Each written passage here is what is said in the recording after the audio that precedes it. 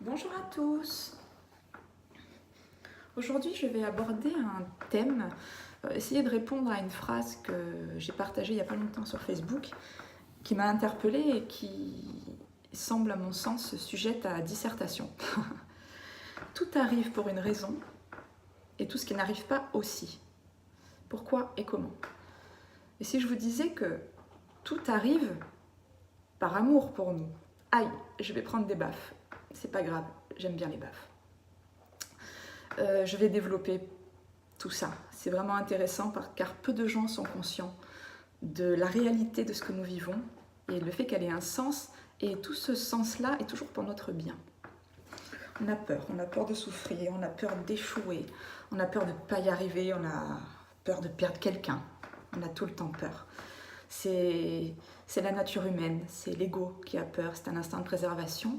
On est dans une difficulté constante à vivre dans le présent, à accepter tout ce que la vie nous propose et réagir à cela. C'est pas facile. La confiance en soi et la confiance, la certitude que la vie est parfaite, exactement comme elle doit être, et chacune de nos épreuves n'est en réalité qu'un tremplin, qu'une aide qui va nous dire: tiens, tu en es là sur ton chemin, voilà la prochaine étape. Tout le monde me dit: mais je sais pas par où commencer. Ben commence par ça.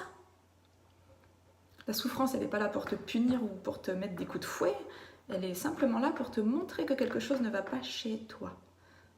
Même si c'est quelqu'un d'autre qui, entre guillemets, t'inflige cette souffrance. Ce que tu crois. En réalité, l'autre, il est ce qu'il est, il fait ce qu'il a à faire, et toi, tu réagis à cela. Et c'est en cela que tu es responsable. La façon dont tu réagis à l'interaction des autres. La peur, ça se travaille, je sais, c'est pas inné. La peur, en réalité, elle n'est qu'illusion. La peur, une fois qu'on a réussi à la traverser, à traverser cette espèce de voile de fumée, on se rend compte que derrière, la réalité est tout autre. Dans 92% des cas, la peur se révèle infondée. On a peur, on appréhende quelque chose. Ben forcément, on l'attire. Il faut vraiment réussir à travailler là-dessus, à se nourrir de choses qui vont nous permettre de comprendre que ces peurs sont là pour être dépassées. Regardez les vidéos, celle-ci par exemple. C'est une façon d'ancrer en vous des données qui vont à l'encontre de notre société. Et notre société, elle n'est pas là pour nous faire nous épanouir, je pense. Elle est là pour nous garder bien enfermés dans des enclos, comme des petits moutons. Et tant qu'on ne dépassera pas ça, qu'on ne trouvera pas le courage de dépasser les préjugés, les convenances, etc., et qu'on continuera à vivre à l'envers de ce qu'on aimerait vivre ou de ce qu'on est réellement, on continuera d'attirer des situations pourries dans notre vie. Si on ne prend pas la responsabilité de guérir ce qui ne va pas chez nous, l'univers va constamment nous apporter des situations qui vont nous faire vivre nos croyances.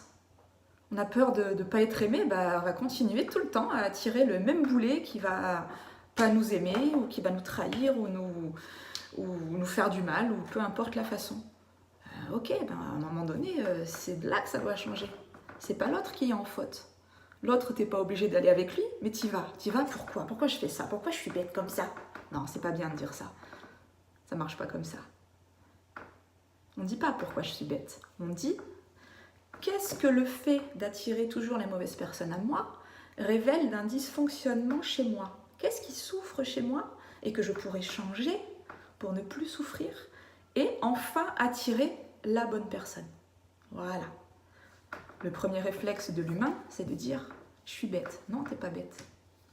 Une situation se présente à toi et te montre que tu es face à quelque chose de difficile à passer. Ah, tiens, qu'est-ce qui bloque chez moi, dans mes chakras, dans ma tête, dans mes mécanismes et mes rouages du mental? Voilà la piste de travail. J'entends souvent les gens me dire: j'ai pas de chance. Oh, j'ai pas de chance. C'est le genre de truc que j'ai beaucoup de mal à entendre sans réagir. D'ailleurs, il faudrait que je travaille sur moi à ce propos-là, parce que ça ne me laisse pas neutre, ce genre de phrase. Tu n'as pas de chance. C'est ce que tu crois. C'est donc ce que tu vivras tant que tu le croiras. Dieu, l'univers, quel que soit le nom qu'on veuille lui donner, la source, elle n'est pas là pour aimer un tel plus qu'un autre, pour punir un tel plus qu'un autre, non. En fait, Dieu, il est là pour nous montrer le chemin vers notre propre réalisation. Nos côtés lumière, nos côtés sombres. Il ne s'agit pas de dire « Ah, ça y est, j'ai découvert l'amour, je suis un être de lumière ». Non, tu n'es pas un être de lumière, tu es un être fait d'ombre et de lumière. Et puis tes défauts comme tes qualités, ou ce que tu considères comme tel, il va falloir que tu apprennes à les accepter. Tu es comme tu es. Tu dois quoi à qui en fait? Ton mari, ta maman, je sais pas, sont toujours en train de te rabaisser ou de te faire croire que tu n'es pas capable de ceci ou cela. Qu'est-ce qu'ils en savent? Et en plus, est-ce que c'est de leur faute de penser ça? Ils sont eux-mêmes dans leur propre croyance. C'est difficile de dire où est le bien, où est le mal. C'est quelque chose d'assez complexe. À partir de là, on va se référer à une référence. Voilà, le bien c'est ça, le mal c'est ça. Qui c'est qui a décidé ça? Le président de la République, Dieu? Non, non. Tout se fait par rapport à nos croyances. Et tout se bloque par rapport à nos croyances. On a l'impression que si on n'aide pas quelqu'un, on va pécher et on va aller en enfer, ou que nos parents vont pas être fiers de nous, ou qu'on n'est pas quelqu'un de bien. Et tout ça, toute cette réflexion-là, on se la fait tout seul comme un grand, on n'a besoin de personne souvent. Hein. On croit.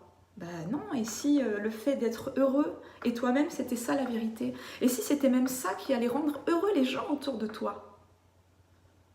Pourquoi toujours dans un sens? Après, si tu ne peux pas concevoir comme étant possible que tes rêves se réalisent ou qu'il t'arrive quelque chose de bien dans la vie, en même temps, comment tu veux que l'univers te l'apporte? Tu ne l'acceptes pas. C'est comme s'il y avait une partie de toi qui disait moi, je veux attirer l'amour dans ma vie, je veux vraiment trouver quelqu'un qui m'aime pour ce que je suis. Et l'autre partie de toi, elle dit ah, mais de toute façon, j'en vaux pas la peine, je suis pas quelqu'un de bien, je ne mérite pas, j'y arriverai pas. Voilà. On a 1 plus 1, ça fait 0. Voilà. Dans ma vidéo précédente, je parlais de la loi d'attraction. La loi d'attraction, c'est une belle équation mathématique. 1 plus 1 égale 0. Ce que tu envoies à l'univers comme émission énergétique, comme message, l'univers va le décoder et ne va pas, voilà, 0. Ni 1, ni plus 1, ni moins 1, 0. Et va te renvoyer exactement ce que tu crois être la vérité. Ah, super. On fait quoi dans cette espèce de cercle vicieux sans fin et sans solution apparente? Eh ben, on change ses croyances. Tout simplement. Tu as peur d'être trahi? Tu as peur que ta femme te quitte avec ton meilleur ami, par exemple, parce que ça t'est arrivé par le passé, que tu en as beaucoup souffert? C'est un peu compliqué. Parce que qu'est-ce qui va se passer? Tu vas rencontrer quelqu'un, et comme tu as peur et que tu as cette blessure qui est ouverte en toi, et bien sanguinolente et bien à vif, tu vas projeter ta peur, non seulement sur ta partenaire, mais en plus de ça, sur la personne que tu considères comme ton meilleur ami. Tu ne vas pas leur accorder ta confiance, tu vas être constamment dans la souffrance, dans un besoin de contrôle et d'enfermement de la personne, parce que tu as tellement peur de la perdre que tu souhaites que ton ego essaye de la garder pour ne pas souffrir. Tu vas donc enfermer cette âme qui peut-être est une âme merveilleuse dans une espèce de prison. Et au final, qu'est-ce qui va se passer? À un moment donné, l'autre, elle va craquer, puis elle va se barrer. Voilà. Et puis comme, c'est un exemple, mais il est tellement parlant. Et comme ton meilleur ami, il aura ressenti les mêmes déceptions vis-à-vis de ton comportement et le même sentiment d'enfermement et de blessure, que tu lui fasses pas confiance, etc., etc., les deux, ils vont se parler, ils vont se comprendre, ils vont ressentir des points communs, et puis ils vont finir ensemble. Et cette situation-là, elle peut se répéter 20 fois dans ta vie. Mais il faut te dire à un moment donné que c'est toi qui l'as créé. Tu comprends? C'est pas j'ai pas de chance, ou je suis pas quelqu'un de bien, ou de toute façon c'est tout le temps pareil. Non, c'est tout le temps pareil parce que tu ne changes pas les choses pour que ça soit différent. Apprendre à prendre ses responsabilités. L'exemple que je viens de citer est très parlant. Si tu avais agi différemment, que tu avais laissé à la personne nouvelle que tu rencontres le bénéfice du doute, et que tu avais été neutre vis-à-vis de toi-même, de tes peurs et de tes propres blessures, tu aurais une interaction complètement différente avec la personne. Tu comprends? Par exemple, quelqu'un qui me dit, voilà, admettons, j'accepte d'ouvrir mon cœur à quelqu'un et je me fais blesser, je me fais trahir. Je vais souffrir et moi, j'ai pas envie de souffrir. Alors la réponse à cette question ou à cette affirmation, elle est simple et compliquée à la fois. Elle est simple parce qu'en réalité, il n'y a rien de plus simple. Tu rayonnes ce que tu es et les autres interagissent avec ce que tu envoies. À toi de décider de qui tu veux être. C'est pas si compliqué. Mais l'être humain, il a un dicton, je ne sais pas si ça en est un, qui dit pourquoi faire simple quand on peut faire compliqué? Donc du coup, une situation simple, on va la faire hyper compliquée, toujours pareil, nos peurs, nos croyances, etc. Mais tout est question d'énergie et de vibration. Quand tu vas vibrer sur des fréquences basses, comme la peur ou la blessure, et que tu vas t'interdire de vivre pleinement sous prétexte de te préserver de la souffrance, tu vas rencontrer des personnes et des situations, donc ce qu'on appelle les synchronicités, dont les besoins vont s'accorder avec les tiens. Les besoins qu'ils ont et l'attitude qu'ils vont avoir, l'énergie qu'ils vont dégager, l'équation qu'ils vont envoyer comme information à l'univers, va rentrer en parfaite harmonie, entre guillemets, avec ta propre équation, ton propre déséquilibre. Tu vas attirer des gens qui vont venir, entre guillemets, assouvir un manque et créer un équilibre dans le déséquilibre. Et si tu t'équilibrais toi, est-ce que tu n'attirerais pas des gens qui sont eux-mêmes équilibrés et qui comprendraient autant que toi tu souhaites le vivre, l'importance de la liberté et du libre arbitre et de l'amour inconditionnel détaché de tout attachement? C'est tellement logique, dit comme ça. Et pourtant, pourquoi un pervers narcissique va forcément, très souvent, s'accrocher, se lier avec un dépendant affectif? Le pervers narcissique, c'est quelqu'un qui aura vécu, entre autres, une grosse blessure de trahison. Et le dépendant affectif, lui, il aura vécu la blessure d'abandon. Et l'un dans l'autre, en pleine blessure, vont, de manière illusoire, trouver ce qui leur manque, ce qu'ils ont l'impression qu'il leur manque. Et il va y avoir un rapprochement et une interaction qui va être souffrance pour tout le monde. Mais en attendant, l'illusion de l'ego va nous montrer que ça y est, on a trouvé notre équilibre. On cherche cet équilibre évidemment dans l'autre, ce qui est la plus grosse des erreurs. Tant que l'on ne trouvera pas tout ce qui nous manque à l'intérieur de nous, on va continuer d'attirer à nous des situations plus ou moins dramatiques, pas forcément toujours dramatiques, mais au fur et à mesure de notre chemin, elles sont de moins en moins dramatiques et de plus en plus spécifiques pour nous aider à repérer cette petite blessure qui n'est pas encore guérie, cette petite chose-là qu'il faut comprendre, etc. Tout ce qui nous arrive est un message de l'univers destiné à nous permettre de nous retrouver notre unicité. Dieu, la source, l'univers, nous sommes tout cela. Nous sommes tout cela. Mais nous ne le savons pas, nous n'y croyons pas. Pourquoi? Parce que quelqu'un un jour nous a dit non, ça n'existe pas, non, c'est pas possible, etc. C'est qui? Qui t'a dit ça? Et en quoi devrait-il avoir raison? C'est écrit sur quel traité? Sur quelle Bible? Et cette Bible-là, qui c'est qui l'a écrit, à part des êtres humains? Je ne suis pas du tout contre la religion, la croyance qu'il existe des êtres supérieurs, au contraire. Mais pour moi, la vérité, elle est différente pour chacun, et chacun l'exprime à sa façon avec ses propres filtres. La vraie vérité, la plus complète, la plus totale, c'est ce que vous ressentez là. On ne voit pas, là. Est-ce que la situation de cet instant vous permet de vous sentir en paix, en joie?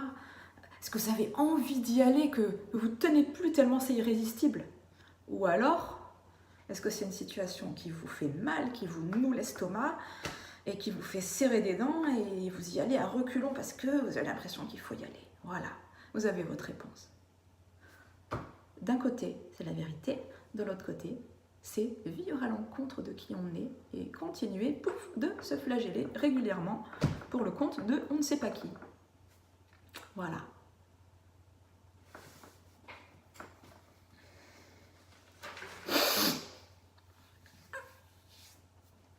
Alors,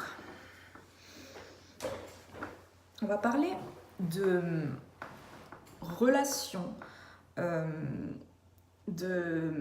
d'excuses. Voilà, la peur. Par exemple, quelqu'un qui va souffrir dans une relation de violence. Quelqu'un qui va continuer à rester avec un mari violent, par exemple, alors qu'elle n'en peut plus et qu'elle est à deux doigts de craquer. Et que rien n'évolue.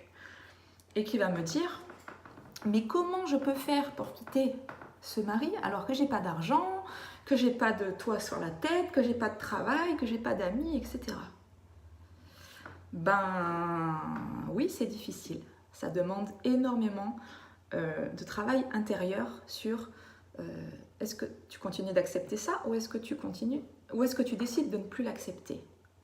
Si tu décides de ne plus l'accepter, tu te libéreras d'une situation. Même si par la suite, tu vis des moments difficiles, où tu es démuni, où tu n'as plus d'argent, etc. Tu es obligé de dormir à droite à gauche les premiers temps. Ça ne durera pas. Tu as peur de prendre un coup, de prendre une baffe, parce que tu vas dire non à cet homme violent. Oui, je sais que tu as peur. Mais la baffe, tu la prendras dans 1 heure, dans 2 jours, de toute façon, pour une raison complètement débile. Et là, tu auras dit non. C'est-à-dire que, qu'est-ce qui donne du pouvoir à ces hommes? Ces hommes ou ces femmes, je sais que ça va dans les deux sens. Qu'est-ce qui donne du pouvoir à ces hommes, à cet homme? C'est ta peur.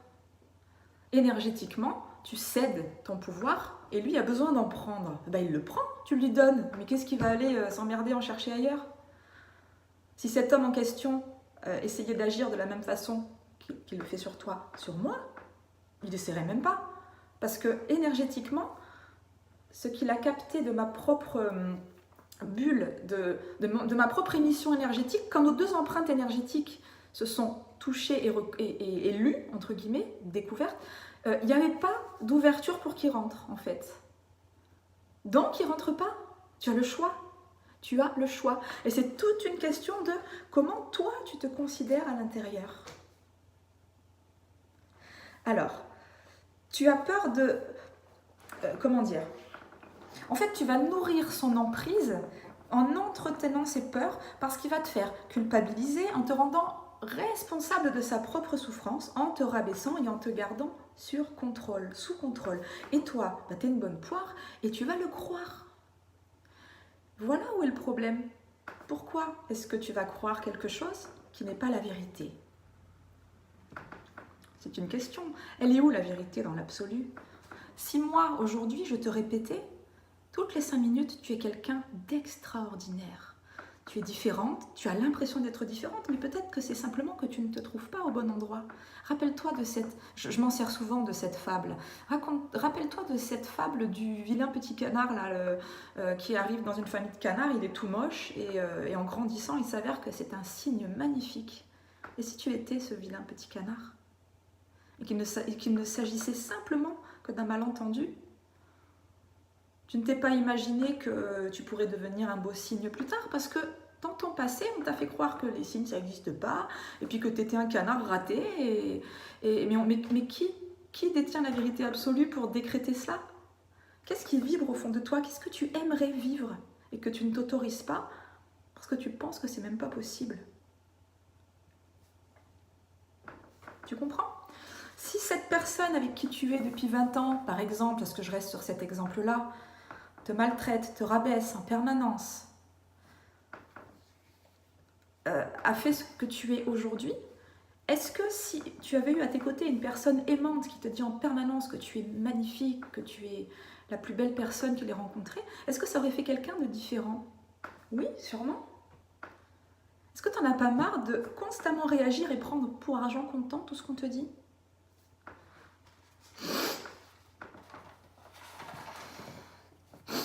En fait, on revient toujours au même point.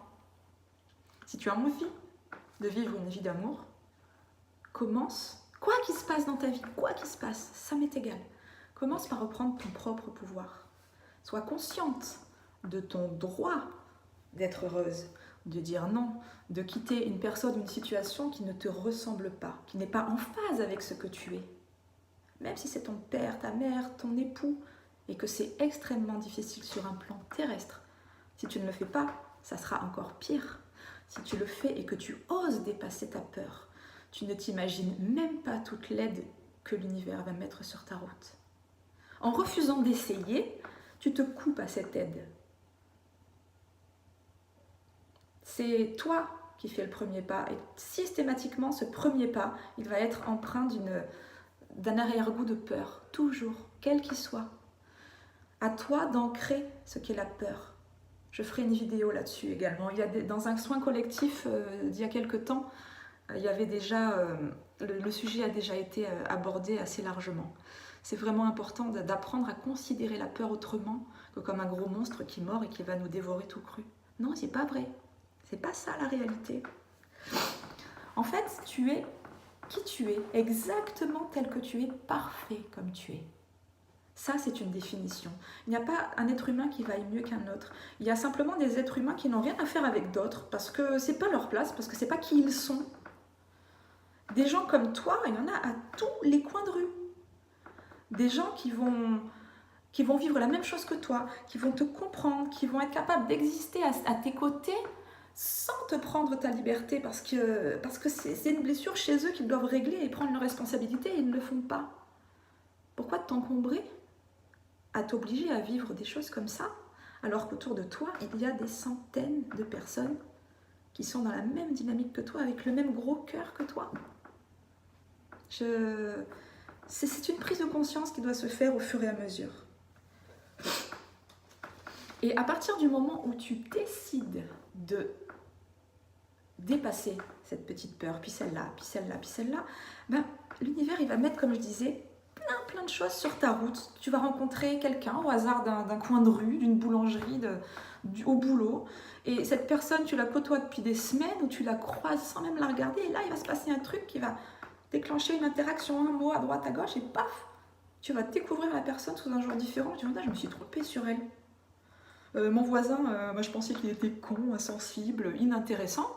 Et là, d'un seul coup, il se montre tout à fait différent, intéressant, j'ai envie de parler avec. Ça vibre en moi. Ça vibre, il y a un lien qui se crée. On sent que cette personne, elle peut nous apporter quelque chose, mais qui vient du cœur. Et que nous aussi, c'est pas forcément une relation amoureuse, ça peut être tout et n'importe quoi. Pourquoi on n'a pas percuté avant que cette personne était quelqu'un de bien? Bah, tout simplement parce que lui, en l'occurrence, il ne nous sentait pas. Parce que par rapport à ce qu'on pouvait dégager comme énergie, peut-être plus basse, parce qu'on n'avait pas encore osé faire un pas en avant. Par rapport à ce qu'on dégageait comme énergie, il va pas sentir l'ouverture nécessaire et oser montrer qui il est vraiment. Peut-être aussi par rapport à ses propres peurs. Donc exactement comme tu fais toi. Donc comment on fait pour avancer dans ce cas-là? Ose, bon sang, sans jugement, sans préjugés, sans rien. Sois toi-même. Quoi qu'il se passe, tu réussis, ben c'est génial. Tu échoues, ben c'est génial aussi. Parce que l'échec ça ne veut pas dire que tu es nul ou que tu es bon à rien. L'échec, ça veut simplement dire que ça, tu ne sais pas encore faire et que voilà, tu as ton échec, tu l'as, c'est pas cool pour l'ego, je suis d'accord. Et là, cette situation, tu peux l'analyser maintenant. Voilà ce qui s'est passé, pourquoi, qu'est-ce que j'ai fait, à quelle interaction j'ai répondu, par quelle interaction, et qu'est-ce qui a fait en moi que j'ai échoué, que la situation a capoté. Pourquoi? Et là, pas dire c'est la faute de l'autre, parce que lui, il a vécu ce qu'il avait à vivre, il faut rester vraiment en paix avec ça. Et par contre, pourquoi tu as réagi à ce qu'a dit l'autre? Il t'a fait du mal? Non. Il a dit quelque chose qui t'a fait du mal. Il a fait quelque chose qui t'a fait du mal. Il a fait selon sa vérité. Donc en fait, si sa vérité ne te convient pas, ben casse-toi. Éloigne-t'en, quelle qu'en soit la façon. Je sais que c'est dur, je l'ai tellement vécu moi-même. Je ne peux pas, entre guillemets, prêcher pour une paroisse que je ne connais pas. Non, j'ai vécu tout ça. Donc, tout ce qui arrive, tout ce qui arrive a une raison. Et cette raison, elle est de réussir à guérir toutes les blessures, tous les déséquilibres et comprendre comment ça se passe en réalité et comment c'est différent de tout ce qu'on a appris. On ne croit ce qu'on voit, on se prive de beaucoup parce que la vérité, elle n'est pas là. Ce qu'on voit, c'est plus lié à la réaction de l'ego, la possession.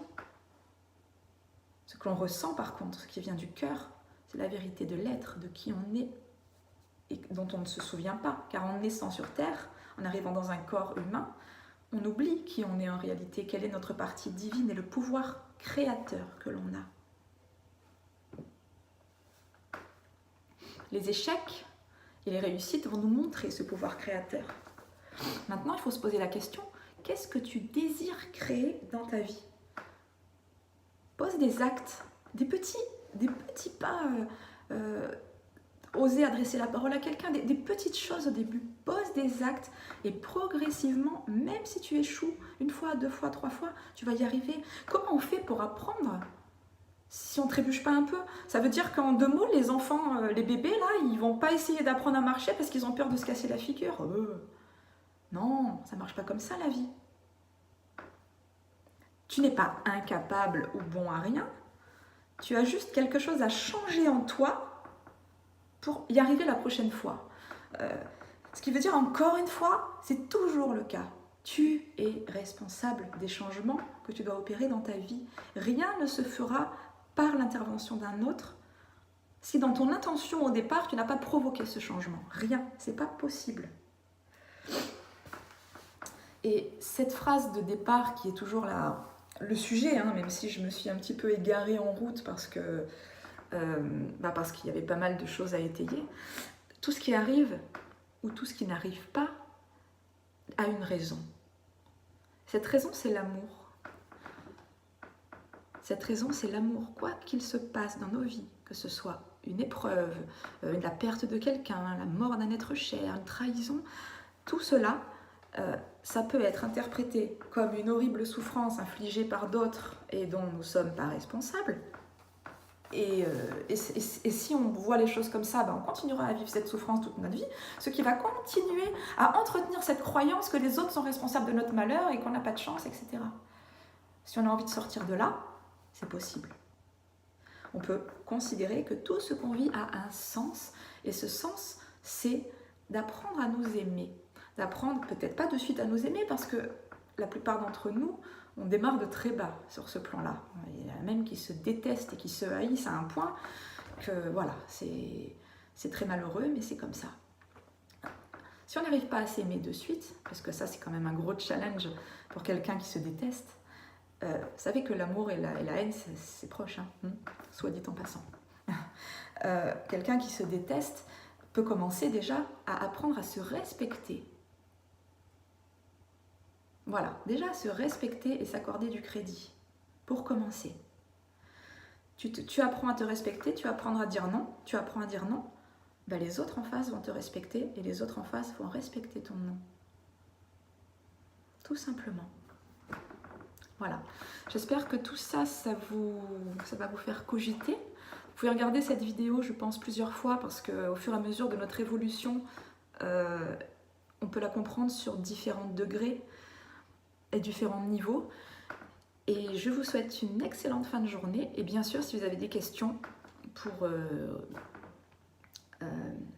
pour étayer le débat, c'est pas un débat parce que j'ai parlé toute seule, mais c'est pas grave, je vous invite à les poser, à liker la vidéo et à la partager autant de fois que vous en aurez envie. Une bonne journée à vous!